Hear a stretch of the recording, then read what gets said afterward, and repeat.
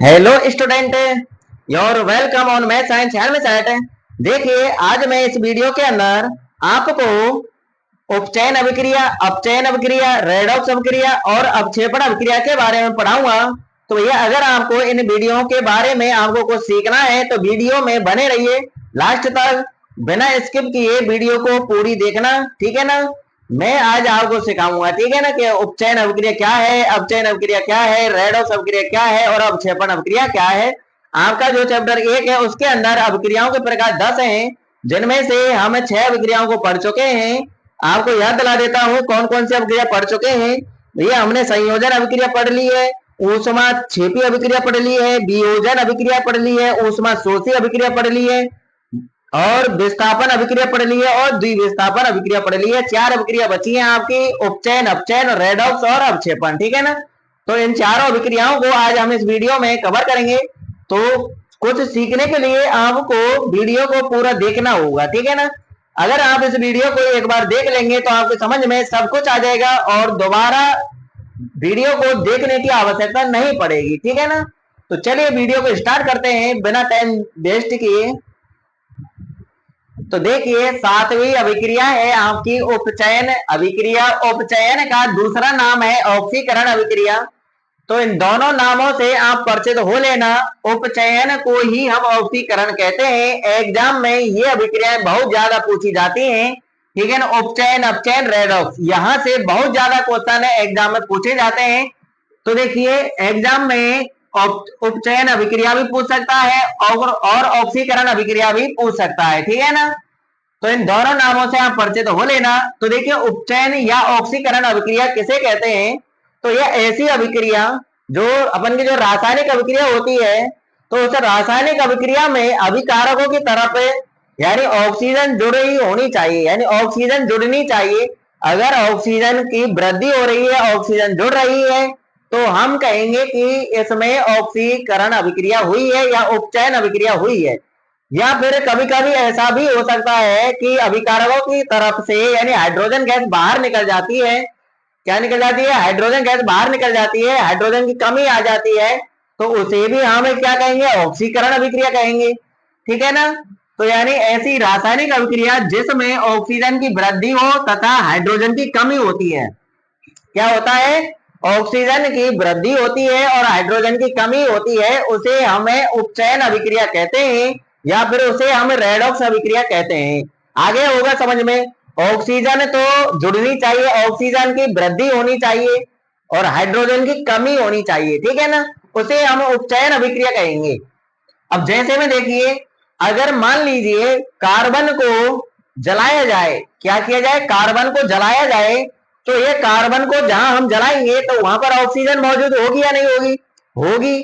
तो ये जो कार्बन होगा वो ऑक्सीजन से अभिक्रिया कर लेगा, अभिक्रिया करके कार्बन डाइऑक्साइड गैस का निर्माण करेगा।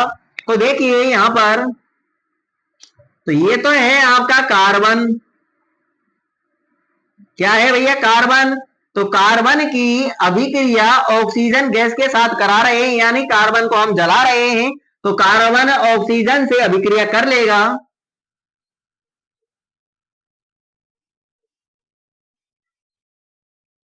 तो देखिए, कार्बन ऑक्सीजन से अभिक्रिया करके कार्बन डाइऑक्साइड गैस बनाएगा। क्या बनाएगी? कौन सी गैस बनेगी भैया? कार्बन डाइऑक्साइड गैस बनेगी।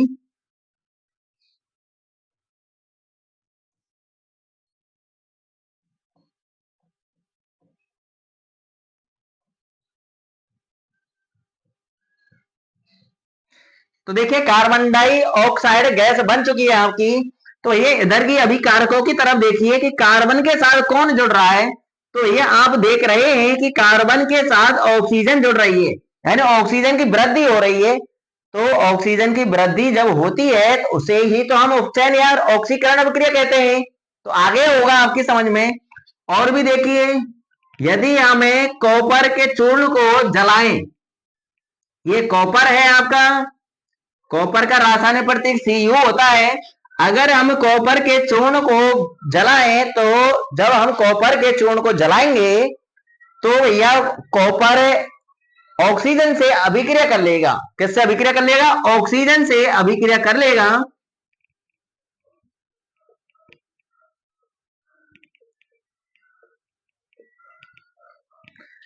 तो कॉपर ऑक्सीजन से अभिक्रिया करके कॉपर ऑक्साइड का निर्माण करेगा। किसका निर्माण करेगा? CuO का निर्माण करेगा। अब इस रासायनिक अभिक्रिया को संतुलित कर लीजिए। ऊपर वाली अभिक्रिया तो आपकी संतुलित है, कार्बन अभिकारकों की तरफ एक परमाणु है, उत्पादों की तरफ एक है, ऑक्सीजन के परमाणु अभिकारकों की तरफ दो है, उत्पादों की तरफ भी दो है, ये तो संतुलित है। नीचे वाली संतुलित नहीं है। तो देखिए कॉपर के परमाणु है अभिकारकों की तरफ एक और उत्पादों की तरफ एक, ऑक्सीजन के परमाणु उत्पाद अभिकारकों की तरफ दो है, उत्पादों की तरफ एक है, तो इसको एक को दो करेंगे यानी दो का गुणा आगे कर देंगे। जैसे ही दो हमने यहाँ पर किया तो यानी कॉपर के परमाणु उत्पादों की तरफ दो हो चुके हैं। अब हमको कॉपर के परमाणु दो अभिकारकों की तरफ करने हैं, तो यानी आगे दो का गुणा कर देंगे। ठीक है ना, अभिक्रिया तो संतुलित हो चुकी है। तो ये बात ध्यान रखना कि कॉपर के चूर्ण को जब जलाया जाता है तो वहां पर उपस्थित ऑक्सीजन से कॉपर अभिक्रिया कर लेता है और अभिक्रिया करके कॉपर ऑक्साइड का निर्माण करता है। किसका निर्माण करता है भैया? कॉपर ऑक्साइड का निर्माण करता है।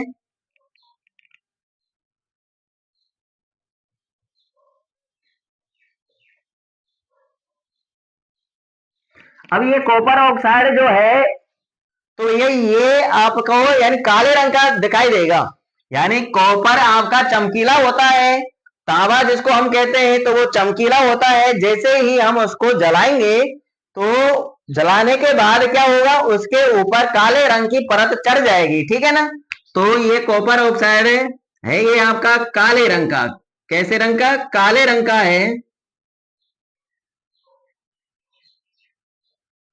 ठीक है ना, ध्यान रखना कॉपर के ऊपर किसकी परत चढ़ जाती हुई है? कॉपर ऑक्साइड की काली परत चढ़ जाती है। तो ये भी इस अभिक्रिया के अंदर क्या हुआ? ऐसे अभिक्रिया के अंदर भी वही हुआ जो ऊपर वाली अभिक्रिया के साथ हुआ, यानी ऊपर कार्बन के साथ कौन जुड़ा था? ऑक्सीजन, और नीचे वाली अभिक्रिया में कॉपर के साथ ऑक्सीजन जुड़ चुकी है। जब ऑक्सीजन जुड़ता है या जुड़ती है, ठीक है ना, तो उसे ही हम उपचयन अभिक्रिया कहते हैं। एक अभिक्रिया और देखिए, अगर हम इसे कॉपर ऑक्साइड पर हाइड्रोजन गैस प्रवाहित करें, क्या करें भैया? इसे कॉपर ऑक्साइड के ऊपर अगर हम हाइड्रोजन गैस प्रवाहित करें तो आप देखेंगे कि जो काले रंग की जो परत थी वो काले रंग की परत हट जाती है और फिर से कॉपर आपको चमकीला यानी भूरे रंग का दिखाई देने लगता है। ठीक है ना, तो इस अभिक्रिया को भी हम लिख लेते हैं यहां पर। तो देखिए CuO के ऊपर कौन सी गैस प्रवाहित की जा रही है भैया? हाइड्रोजन गैस प्रवाहित की जा रही है। और जब हाइड्रोजन गैस प्रवाहित की जाती है तो यह कॉपर अलग हो जाता है और जो कॉपर के साथ जो ऑक्सीजन जुड़ी है ये ऑक्सीजन हाइड्रोजन गैस के साथ जुड़ जाती है और H2O का निर्माण होता है। ठीक है ना, तो जो ये कॉपर है ये फिर से आपको ये भूरे रंग का दिखाई देने लगेगा। अब इस अभिक्रिया में क्या हो रहा है? इस अभिक्रिया में देखिए CuO से तो ऑक्सीजन हट रही है।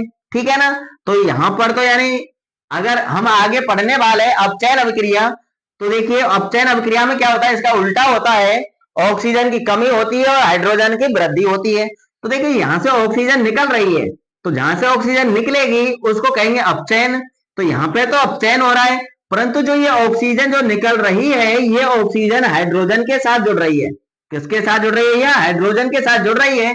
तो यहाँ पर हाइड्रोजन के साथ योग हो तो रहा है ना ऑक्सीजन का, तो जहां ऑक्सीजन का योग होगा, जहां ऑक्सीजन की वृद्धि होगी उसे ही हम उपचयन अभिक्रिया कहेंगे। ठीक है ना, तो यहाँ पर ऑक्सीजन हाइड्रोजन के साथ जुड़ करके H2O का निर्माण करती है, तो यहाँ पर भी ऑक्सीजन जुड़ी है, इसे भी हम क्या कहेंगे? उपचयन अभिक्रिया कहेंगे। ठीक है ना, और देखिए यहाँ पर ऑक्सीजन यहाँ से निकल रही है तो इसको हम अपचयन अभिक्रिया कहेंगे। क्या कहेंगे भैया? अपचयन अभिक्रिया कहेंगे।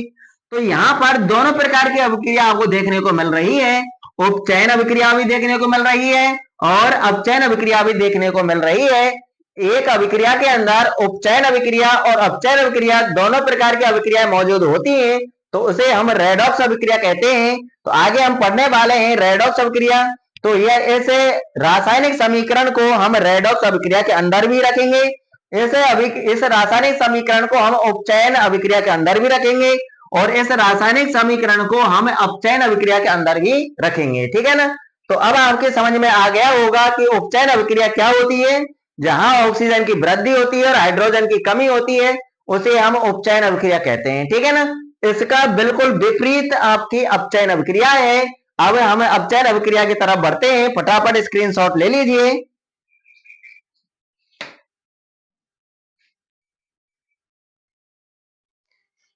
तो देखिए 8वें नंबर की अभिक्रिया आपके सामने है, अपचयन अभिक्रिया। अपचयन अभिक्रिया में क्या होता है, उपचयन अभिक्रिया का बिल्कुल उल्टा। इसमें उल्टा कैसे होगा कि ऑक्सीजन की तो होगी कमी और हाइड्रोजन की होगी वृद्धि, ठीक है ना। तो देखिए यही मैंने यहाँ पे लिख दिया है कि ऐसी रासायनिक अभिक्रिया जिसमें ऑक्सीजन की कमी होती है तथा हाइड्रोजन की वृद्धि होती है उसे उपचयन अभिक्रिया, वो अपचयन अभिक्रिया कहते हैं। क्या कहते हैं भैया, अपचयन अभिक्रिया कहते हैं, ठीक है। परिभाषा आपके समझ में आ गई होगी अपचयन अभिक्रिया की। यानी ऑक्सीजन की तो होनी चाहिए कमी और हाइड्रोजन की होनी चाहिए वृद्धि, ठीक है ना।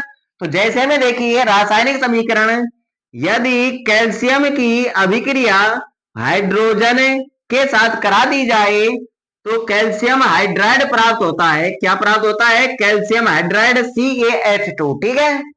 तो इस अभिक्रिया में देखिए कैल्शियम की अभिक्रिया किसके साथ हो रही है, हाइड्रोजन के साथ हो रही है। तो कैल्शियम के साथ हाइड्रोजन गैस जुड़ रही है, यानी हाइड्रोजन गैस की वृद्धि हो रही है। तो हाइड्रोजन जुड़ करके कैल्शियम के साथ तो बना रहा है क्या, कैल्शियम हाइड्राइड बन रहा है, ठीक है ना। तो हाइड्रोजन की वृद्धि हो रही है, इसलिए इस अभिक्रिया को हमें अपचयन अभिक्रिया बोलेंगे। अब इनका नामकरण कर लेते हैं। तो देखिए Ca क्या है आपका, कैल्शियम है, और H2 ये आपका हाइड्रोजन है। CaH2 ये कैल्शियम हाइड्राइड है आपका, कैल्शियम हाइड्राइड, ठीक है। और जो रेडॉक्स अभिक्रिया के जो एग्जांपल है उनको हमें दोनों अभिक्रियाओं में लिख सकते हैं, अपचयन में भी लिखेंगे और उपचयन अभिक्रिया में भी लिखेंगे। तो देखिए यहाँ पर हमें दूसरा रासायनिक समीकरण लिखने जा रहे हैं जो हमने उपचयन अभिक्रिया में लिखा था कि जब एक कॉपर ऑक्साइड के ऊपर हाइड्रोजन गैस प्रवाहित की जाती है तो भैया कॉपर बिल्कुल चमकीला हो जाता है ना, अलग हो जाता है, और हाइड्रोजन ऑक्सीजन के साथ अभिक्रिया करके जल का निर्माण कर लेता है, ठीक है ना। तो इसमें क्या हो रही है, इस अभिक्रिया के अंदर उपचयन अभिक्रिया भी हो रही है और अपचयन अभिक्रिया भी हो रही है। अब अपचयन अभिक्रिया कैसे हो रही है, तो देखिए हाइड्रोजन किसके साथ जुड़ रहा है भैया, ऑक्सीजन के साथ जुड़ रहा है। ऑक्सीजन के साथ हाइड्रोजन जुड़ रहा है तो यानी हाइड्रोजन गैस की वृद्धि हो रही है। क्या हो रही है, वृद्धि हो रही है। तो जहां हाइड्रोजन गैस की वृद्धि होगी उसे हमें अपचयन अभिक्रिया बोलेंगे। क्या बोलेंगे, अपचयन अभिक्रिया, ठीक है ना। अब इनका नामकरण कर लेते हैं। ये CuO क्या है आपका, कॉपर ऑक्साइड है, ये कॉपर सेकेंड ऑक्साइड ऐसे लिख लीजिए। ऐसा क्यों लिख लीजिए, क्योंकि यहाँ पर जो कॉपर होता है कॉपर की संयोजकता 2 है, ठीक है ना। कॉपर की जो संयोजकता होती है, कॉपर कभी कभी प्लस की 2 संयोजकता दर्शा देता है और कभी कभी प्लस 1 संयोजकता दर्शा देता है, ठीक है ना। तो यहाँ पर कॉपर की जो संयोजकता है वो 2 है, इसलिए इसका नामकरण होगा कॉपर सेकेंड ऑक्साइड। और H2 क्या है आपका, हाइड्रोजन, और Cu ये आपका कॉपर है। नामकरण करना जरूरी है नीचे। H2O आपका क्या है, जल, ठीक है। तो यहाँ पर ये आपका रासायनिक समीकरण कंप्लीट होता है। ये वैसे रेडॉक्स अभिक्रिया का एग्जाम्पल है, यहाँ पर उपचयन और अपचयन दोनों अभिक्रिया हो रही हैं। चलिए एक एग्जाम्पल और लिख देते हैं यहाँ पर। जैसे ZNO की अभिक्रिया हाइड्रोजन गैस के साथ कराई जाए, ये आपका ZNO जिंक ऑक्साइड है। ZNO की अभिक्रिया हाइड्रोजन के साथ करा रहे हैं तो वही जब हाइड्रोजन के साथ अभिक्रिया होगी तो Zn से ऑक्सीजन निकल जाएगी। तो यानी ऑक्सीजन क्या हो रही है, कमी। और जहां ऑक्सीजन की कमी होगी उसे हम क्या कहेंगे, अपचयन अभिक्रिया कहेंगे। और ऑक्सीजन किसके साथ जुड़ जाएगी, हाइड्रोजन गैस के साथ जुड़ करके क्या बनाएगा, H2O का निर्माण करेगा करेगा। तो यहाँ पर भैया क्या हो रहा है, हाइड्रोजन के साथ ऑक्सीजन जुड़ रही है, यानी ऑक्सीजन की वृद्धि हो रही है। किसकी वृद्धि हो रही है? ऑक्सीजन की। तो जहां ऑक्सीजन की वृद्धि होती है उसे हम उपचयन अभिक्रिया कहते हैं। तो ऐसे ही यहाँ से Zn अलग हो जाएगा और H2O का निर्माण होगा, ठीक है ना। तो ये भी आपकी रेडॉक्स अभिक्रिया है। कैसी अभिक्रिया? रेडॉक्स अभिक्रिया है। तो इनका नामकरण कर लीजिए। ZnO है आपका जिंक ऑक्साइड,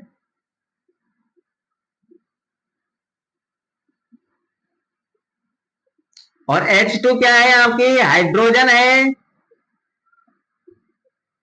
और Zn क्या है? आपका जिंक। इसी को ही हम जस्ता कहते हैं। H2O क्या है? आपका जल, ठीक है ना। तो ये हुई आपकी अपचयन अभिक्रिया। उतार ली, स्क्रीनशॉट ले लीजिए फटाफट। उतारने का नाम आ रहा है क्योंकि स्कूल में जब पढ़ाते हैं ना तो स्कूल में यही शब्द बोला जाता है कि उतार लीजिए।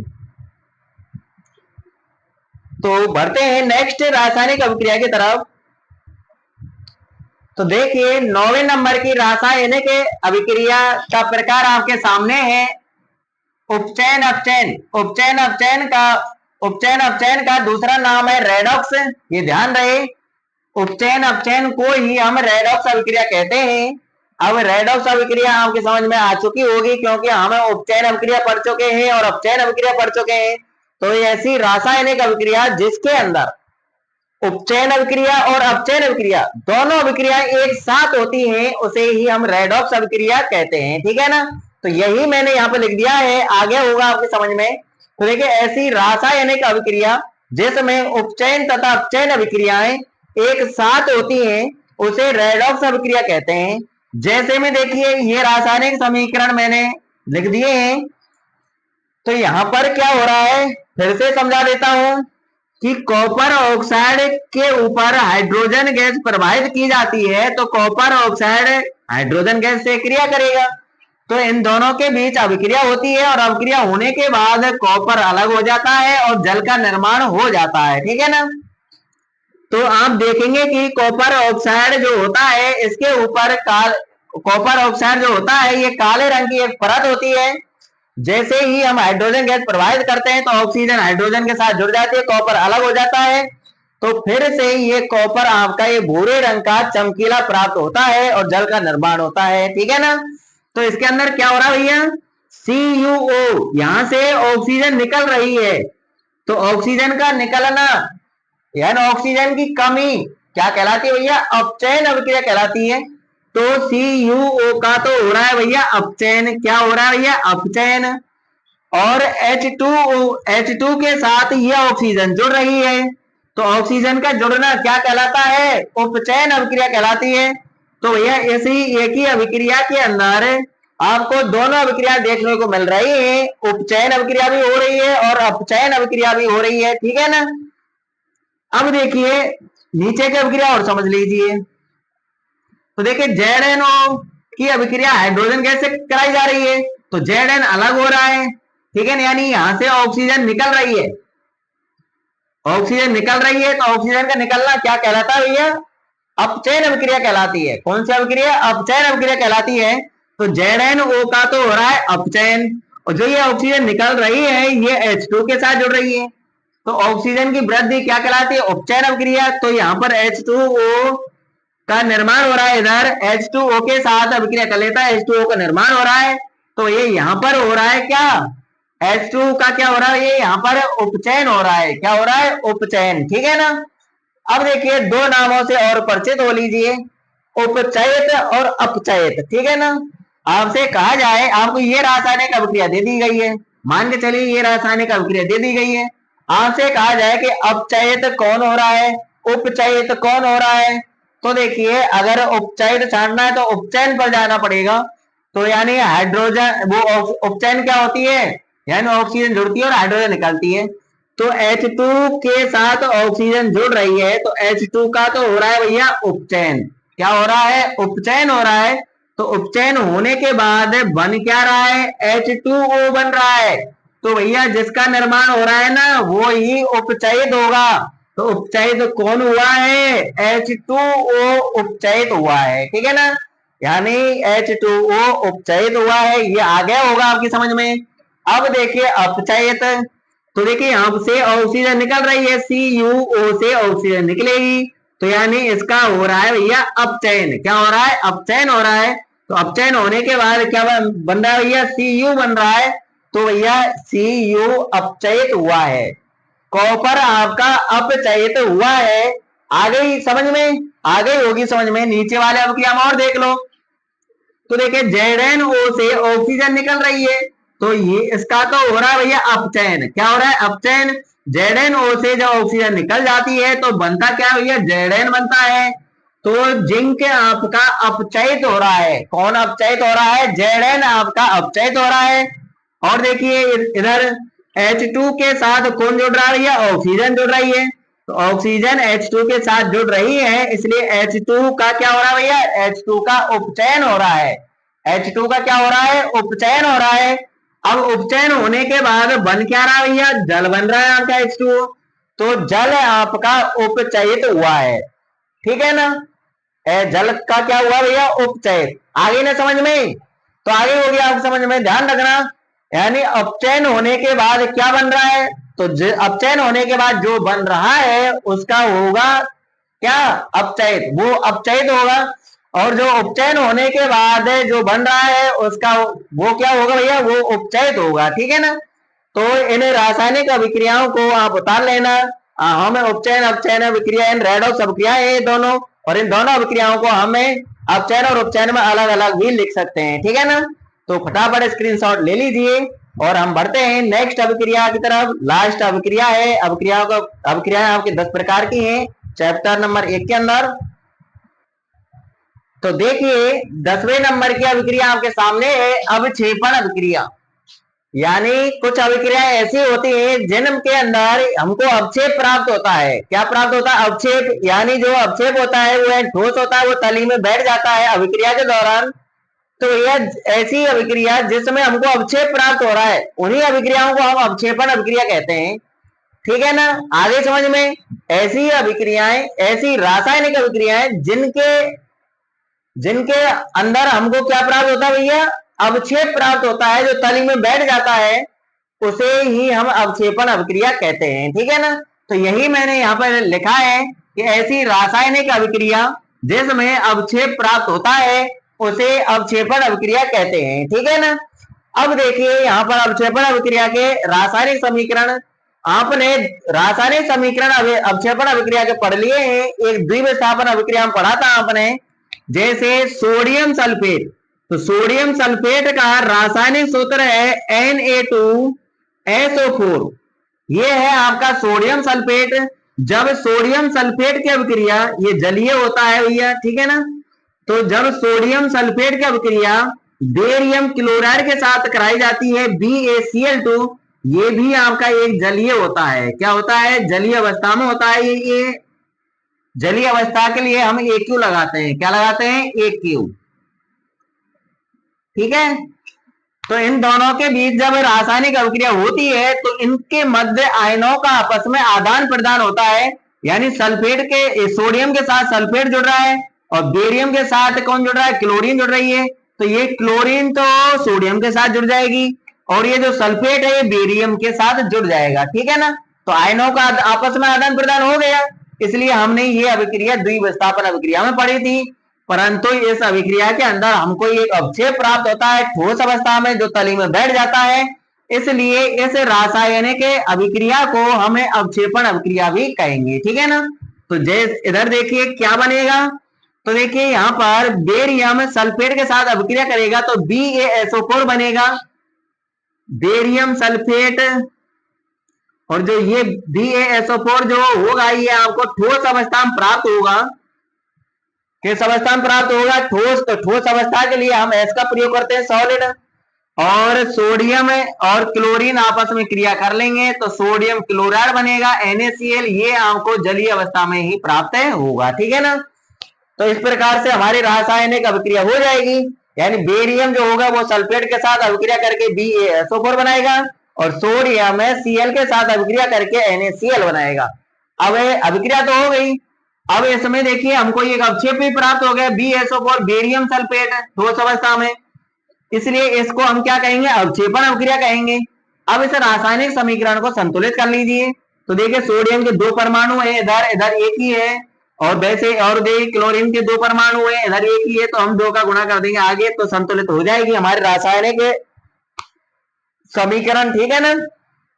अब इनका नामकरण कर लेते हैं, नामकरण भी करना जरूरी है। Na2SO4 का नाम क्या है भैया? सोडियम सल्फेट है, तो इसका नाम लिख देंगे हम सोडियम सल्फेट।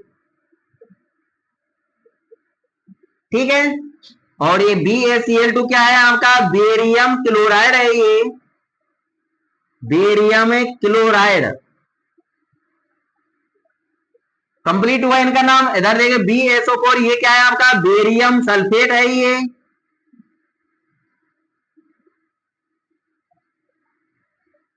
आपसे कहा जाए कि जो बेरियम सल्फेट है इसका रंग कैसा होता है, तो भैया ये श्वेत रंग का अवक्षेप होता है। ठीक है ना, श्वेत रंग का अवक्षेप होता है बेरियम सल्फेट। NaCl ये आपका सोडियम क्लोराइड है। क्या है इसका नाम NaCl का? सोडियम क्लोराइड, जिसको देसी भाषा में क्या कहते हैं भैया? नमक, जिसको हम रोजाना प्रयोग करते हैं दैनिक जीवन में, वो अपन का NaCl ही है। ठीक है ना। अब देखिए दूसरी रासायनिक अभिक्रिया और दे देते हैं, दूसरा रासायनिक समीकरण बना देते हैं। आप याद कीजिए चैप्टर के स्टार्टिंग में आपने क्रियाकलाप 1.2 पढ़ा था, उसमें क्या था भैया? जो लेड नाइट्रेट था, लेड नाइट्रेट की क्रिया पोटेशियम आयोडाइड के साथ कराई गई थी, तो वो भी आपकी एक अवक्षेपण अभिक्रिया का ही उदाहरण है, क्योंकि उसमें भी हमको एक अवक्षेप प्राप्त होता है। तो देखिए यहाँ पर लेड नाइट्रेट की अभिक्रिया किसके साथ कराई गई थी? पहले लेड नाइट्रेट का रासायनिक सूत्र लिख लेंगे, PbNO3 का होल ट्वाइस।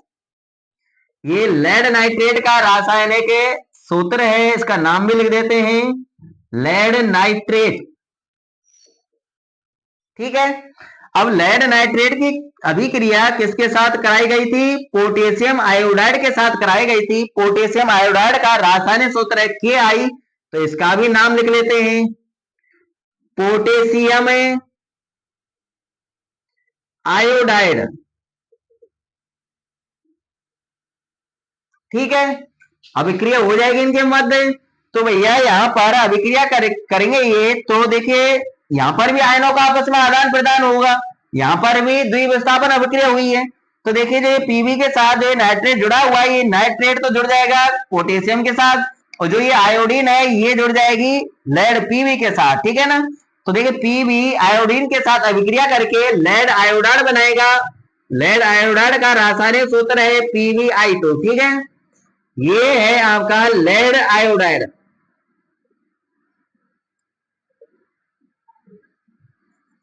क्या है? ये आपका लेड आयोडाइड है, और ये आपका एक अवक्षेप है, ठोस अवस्था में प्राप्त होता है, ये आपके जलीय है। ठीक है, जो ये लेड आयोडाइड है ये पीले रंग का अवक्षेप है। आपसे कहा जाए कि लेड आयोडाइड का रंग कैसा होता है, तो ये लेड आयोडाइड का रंग पीला होता है। कैसा होता है? पीला। तो ये पीले रंग का अवक्षेप होता है जो तली में बैठ जाता है। तो देखिए पीबी ने आई के साथ अभिक्रिया कर ली, PbI2 बना। अब KNO3 के साथ अभिक्रिया करेगा तो पोटेशियम नाइट्रेट बनेगा, और पोटेशियम नाइट्रेट का सूत्र है KNO3, पोटेशियम नाइट्रेट। ठीक है, ये आपको जलीय अवस्था में प्राप्त होगा। आगे होगा समझ में कि लेड नाइट्रेट की अभिक्रिया पोटेशियम आयोडाइड के साथ कराई जाती है, तो इस अभिक्रिया में भी आयनों का आदान प्रदान होता है, ये आपकी एक द्विविस्थापन अभिक्रिया भी है। ठीक है ना। तो देखिए जो ये पीबी है ये आई के साथ जुड़ेगा, PbI2 बनेगा, ये इसका नाम है लेड आयोडाइड। ये आपका एक अवक्षेप है पीले रंग का जो तली में बैठ जाता है, और जो ये पोटेशियम है KNO3 के साथ अभिक्रिया करेगा, KNO3 बनेगा जिसका नाम है पोटेशियम नाइट्रेट। ये आपको जलीय अवस्था में प्राप्त होगा। ठीक है ना। तो इसमें अवक्षेप प्राप्त हो रहा है या नहीं हो रहा है? अवक्षेप प्राप्त हो रहा है, इसलिए ऐसे अभिक्रिया को हम अवक्षेपण अभिक्रिया के अंदर भी रखेंगे। ठीक है ना। और ऐसे रासायनिक समीकरण को हम द्विविस्थापन अभिक्रिया के अंदर भी लिख सकते हैं। ठीक है ना। तो याद कर लेना भैया, ये कुछ स्टूडेंट ये सोच रहे होंगे कि भैया इन रासायनिक समीकरणों को याद करने का कोई और तरीका नहीं है क्या? तो भैया रासायनिक समीकरणों को लिखने के लिए आपको 9th क्लास पर जाना पड़ेगा, वहां पर इनकी संयोजकता याद करनी पड़ेगी। तो संयोजकता याद करने के बाद आपको यौगिक बनाना समझ में आ जाएगा, ठीक है ना। जब आप यौगिक बनाना सीख जाएंगे तो रासायनिक समीकरण लिखने में कोई भी आपको समस्या नहीं होगी। मैं किसी दिन आपको यौगिक बनाना सिखा दूंगा, जैसे ही मेरे को टाइम मिलेगा तब, ठीक है ना। और जब तक आप ऐसा कीजिए, अगर आप वो काम नहीं कर सकते तो ये डायरेक्टली आप इनके रासायनिक सूत्र याद कर लीजिए। जैसे सोडियम सल्फेट Na2SO4 याद कर लीजिए। सोडियम सल्फेट का रासायनिक सूत्र क्या है? Na2SO4। आपसे कहा जाए कि Na2SO4 का नाम क्या है? Sodium sulphate. ऐसे ही बेरियम क्लोराइड का रासायनिक सूत्र याद कर लीजिए, BaCl2। ऐसे बेरियम सल्फेट का रासायनिक सूत्र याद कर लीजिए, BaSO4। ऐसे ही सोडियम क्लोराइड का रासायनिक सूत्र याद कर लीजिए, NaCl। सब कुछ याद हो जाएगा और सब कुछ आपको सरल लगने लगेगा। तो आपकी अवक्षेपण अभिक्रिया कंप्लीट होती है। तो इसके चैप्टर के अंदर हमने 10 प्रकार की अभिक्रियाएं पढ़ी। तो आपकी 10 प्रकार की रासायनिक अभिक्रिया कंप्लीट हो चुकी है। अब हम नेक्स्ट वीडियो में पढ़ेंगे विकृत गंधिता, ठीक है ना। क्या पढ़ेंगे? विकृत गंधिता और संक्षारण, ठीक है। और मैं और भी इंपॉर्टेंट बातें बताऊंगा आपके लिए इस चैप्टर के अंदर से, ठीक है ना। और अगर आपको इसी प्रकार से मेरे साथ मिलकर पढ़ना है तो ये चैनल को सब्सक्राइब कर लेना, बेल आइकन का बटन प्रेस कर लेना, ताकि मेरी प्रत्येक वीडियो का नोटिफिकेशन आपके पास समय समय पर पहुंचता रहे और आप भली भांति तरीके से क्लास अटेंड कर सकें, ठीक है ना। और टाइम टेबल आपको पता ही होगा, जो मैथ है, मैथ की क्लास आपके पास पहुंच जाती है 5 बजे शाम को। कितने बजे? 5 PM पर आपके पास वीडियो पहुंच जाती है। और जो साइंस की जो वीडियो है, साइंस की जो वीडियो है वो आपके पास 7 PM पर पहुंच जाती है पर डे, ठीक है ना। आ गई समझ में? तो आप समय निकाल करके इन टाइमों पर पढ़ लिया करो। आ गई समझ में? आ गई? तो ये आ गई तो ये वीडियो को लाइक कर दीजिए, शेयर कर दीजिए। अगर अभी तक किसी ने चैनल को सब्सक्राइब नहीं किया है तो भैया आप चैनल को सब्सक्राइब कर लीजिए, बेल आइकन का बटन प्रेस कर लीजिए, ठीक है ना। लाइक कर दिया, शेयर कर दिया, लाइक कर दीजिए, शेयर कर दीजिए। और भाई एक छोटा सा प्यारा सा एक कमेंट लिख दीजिए, आपके मन में आए वो लिख सकते हैं, ठीक है ना। तो चलिए अब मिलेंगे हम नेक्स्ट वीडियो में, जब तक के लिए ऑल द बेस्ट।